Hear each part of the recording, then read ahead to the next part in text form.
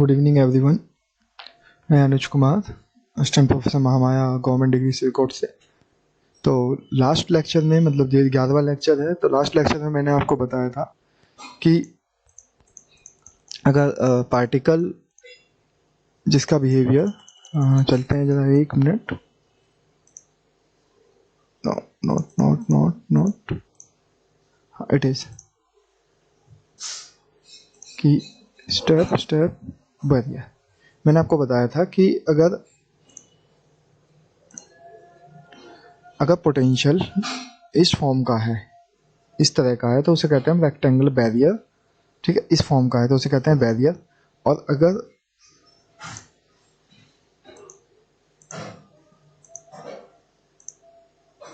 अगर पोटेंशियल इस फॉर्म का है तो उसे कहते हैं हम वेल। बेसिकली ये ऐसे बना हुआ है, देखो ये बैरियर हुआ ना, पुलिस वाला बैरियर। ठीक, और अगर ये ऐसे होता तो इसे क्या कहते हैं हम, कुआं, वेल। ठीक, पानी वाला है ना, तो ये वेल हो गया। ठीक, चलिए इट इज। तो आज क्या है, कल पिछले लेक्चर में मैंने बात की थी कि जब पार्टिकल की एनर्जी ई बैरियर की एनर्जी से ज़्यादा हो तो उस केस में क्या होता है। जनरली क्लासिकल मैकेनिक्स क्या कहती है कि अगर ऐसा होता है तो पार्टिकल बैरियर को क्रॉस करके चला जाता है। ठीक, लेकिन क्वांटम मैकेनिक्स में एक स्पेशल फीचर आता है कि आपको सभी पार्टिकल बाहर नहीं जाते। कुछ पार्टिकल, देखो यहाँ पे दिखाया गया है, ये रहा।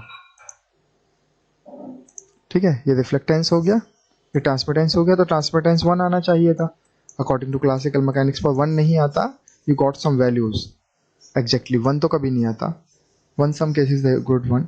ठीक है, और यहाँ पे रिफ्लेक्टेंस की वैल्यू भी 1, मतलब नॉन जीरो ही आती है। ठीक, यानी क्लासिकल मैकेनिक्स के हिसाब से क्या होता है कि पार्टिकल बैरियर को क्रॉस करके बाहर निकल जाता और कोई भी चीज़ वापस नहीं आती है। लेकिन यहाँ पे आपको क्या मिला कि आपको कुछ पार्टिकल बाहर गए और कुछ पार्टिकल अंदर गए। ठीक है, सिंपल है। चलिए आज हम बात करेंगे किस चीज़ की। ये वेल के केस में था, सिंगल एग्जाम्पल है ना, and then you can solve your equations carefully. ठीक, और इक्वेशन को सोल्व करके जरूर देखिएगा। किसी तरह की समस्या आती है तो यू कैन कॉल मी। ठीक, चलिए अब इसमें देखते हैं। अब यहाँ पे देखिए क्या है कि जो पार्टिकल की एनर्जी है ई, वो क्या है, वो छोटी है बैरियर से, वो छोटी है बैरियर की एनर्जी से, यानी बैरियर की एनर्जी क्या है, कम है। ठीक, तो इस केस में क्या होना चाहिए, बैरियर को कोई भी क्रॉस करके नहीं जाना चाहिए। ठीक है, श्रोडिंगर इक्वेशन बनाई मैंने, सॉल्यूशन देखिए उनके। ठीक है ना, Schrodinger equation you know very well कैसे बनेगी, आपको भी अच्छे से पता है ना। अगर हम देखो, श्रोडिंगर इक्वेशन ऐसे बनती है किसी की भी, इसके केस में मैंने आपको अच्छे से समझाया था। देखिए ये रही, ये श्रोडिंगर इक्वेशन बनती है। ठीक है, तो बड़ा सिंपल सा है, पहली चीज़ों को याद रखिए और आगे बढ़ते रहिए। अपने से काम करेगा तो कुछ समझ भी, आपसे समझ भी, लगातार समझ भी आएगी। ठीक है, करिएगा जरूर, कोई समस्या आए तो बताइएगा। ठीक, तो यहाँ तक आ गए। अब क्या है कि रिफ्लेक्टेंस और ट्रांसमिटेंस। ठीक, तो अब क्या होगा नेक्स्ट। ठीक है, यहाँ तक आई होप समझ में आता होगा। यहाँ तक कोई ऐसी समस्या नहीं है कि यहाँ पे कुछ दिक्कत है यहाँ तक इक्वेशन बनाने में। ठीक है, तो ये इक्वेशन थोड़ी सी अलग हो जाती है किसके केस से, आपके जो इससे पहले वाला केस था, है ना। क्यों, क्योंकि जो ई है, ई माइनस वी नॉट, है ना, तो इसका स्क्वायर रूट क्या होगा, इमेजिनरी नहीं रहेगा। पहले इमेजिनरी था लेकिन अब ये इमेजिनरी होगा, पहले इमेजिनरी नहीं था। ठीक है, इसलिए चीज़ें बदल गई। चलिए अब यहाँ पे क्या है, बाउंड्री कंडीशंस का यूज किया गया इक्वेशन 1 2 3 4 3 पे, 4 पे।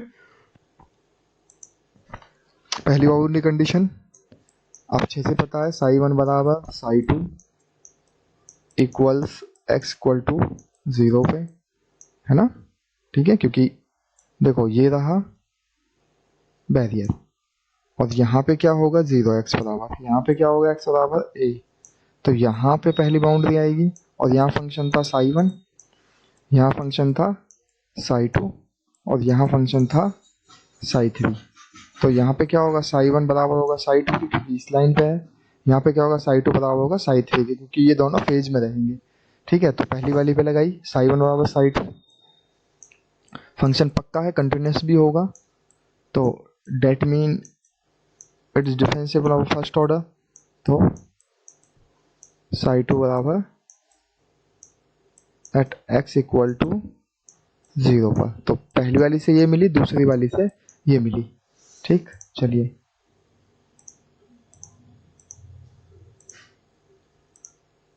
तीसरी वाली पे आते हैं। तीसरी वाली psi2 बराबर psi3 at x equal to a पर।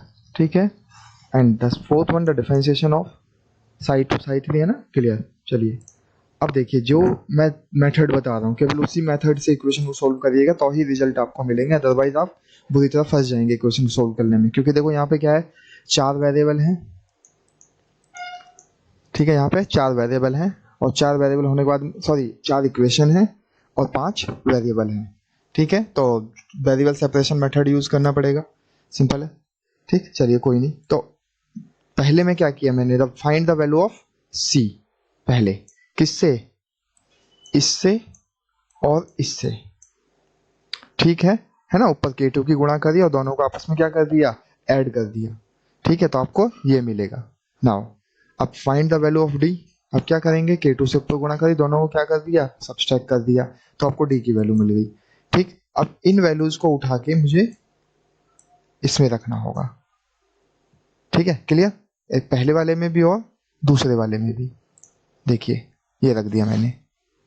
ठीक है ना, होप समझ में आ रहा होगा। रख दिया, रखने के बाद में a से डिवाइड कर दिया सबको, पूरी इक्वेशन को और दूसरी वाली इक्वेशन को भी। अब ये दोनों मुझे मिली, तो पहले मैंने क्या किया, इनको आपस में घटा लिया, जोड़ लिया, इनको आपस में घटा लिया। तो घटाने के बाद क्या मिलेगा आपको, b अपॉन a मिलेगा। क्लियर। जब मैं इन्हें घटाऊंगा तो मुझे क्या मिलेगा, b अपॉन a की वैल्यू मिलेगी, किसमें, इन टर्म्स ऑफ a।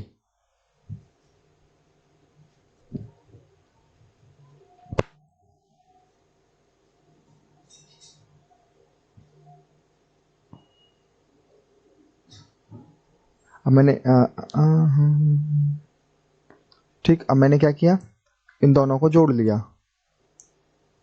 तो ये कैंसिल आउट हो जाएंगे। आपका क्या बचेगा, a अपॉन a बचेगा। तो ये तो मिल गया।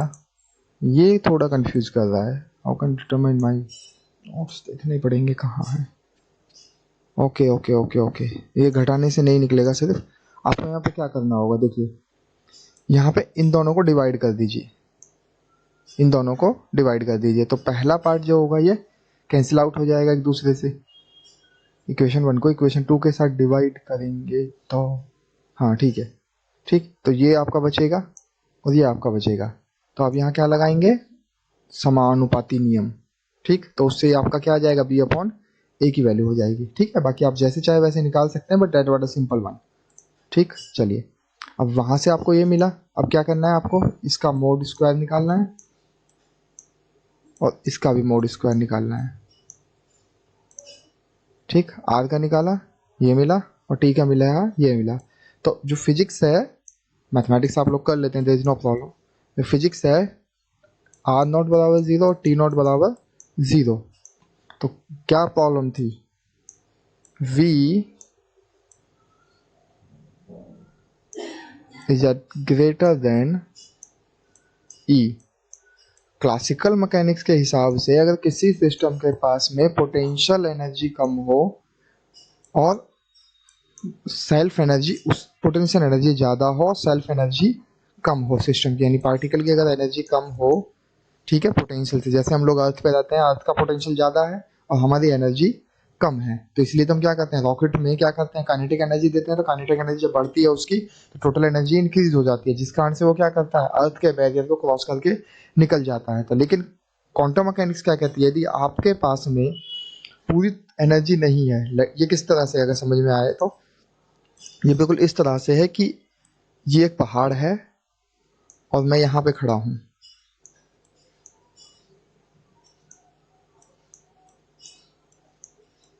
ठीक, अब मैं यहाँ पे खड़ा हूँ, अगर मुझे इस पहाड़ पे चढ़ना है फिर नीचे उतरना है, लेकिन मेरे पास क्या है, मेरे पास में एनर्जी कम है तो मैं इस पहाड़ पे तो नहीं चढ़ सकता। Then what I am doing a tunnelling there. मैं एनर्जी क्या करूँगा, मैं इसमें से टनल करके निकल जाऊंगा। ठीक है, तो यही इसी को कहा गया, इसीलिए जहाँ पे क्या एनर्जी कम है वी नॉट से, मतलब पोटेंशियल से एनर्जी कम है, तो उस केस में क्वांटम मैकेनिकली क्या कहा गया कि क्वांटम मैकेनिकल पार्टिकल भी टर्न करके निकल सकते हैं। एग्जाम्पल बहुत सारे हैं, जैसे बीटा पार्टिकल निकलता है न्यूक्लियस से। ठीक है, एनर्जी नहीं होती उतनी उसके पास लेकिन फिर भी निकलता है। ठीक, उसके बाद में आपका स्कॉटी डायोड है, टनल डायोड है। ठीक है, तो उस सब में भी ये सब कुछ होता है, तो बड़ा सिंपल सा है। And then today I am finish that things. कल मैं आपके सामने दो एक साथ एप्लीकेशन देख लेके आता हूँ। Okay, thank you for listening.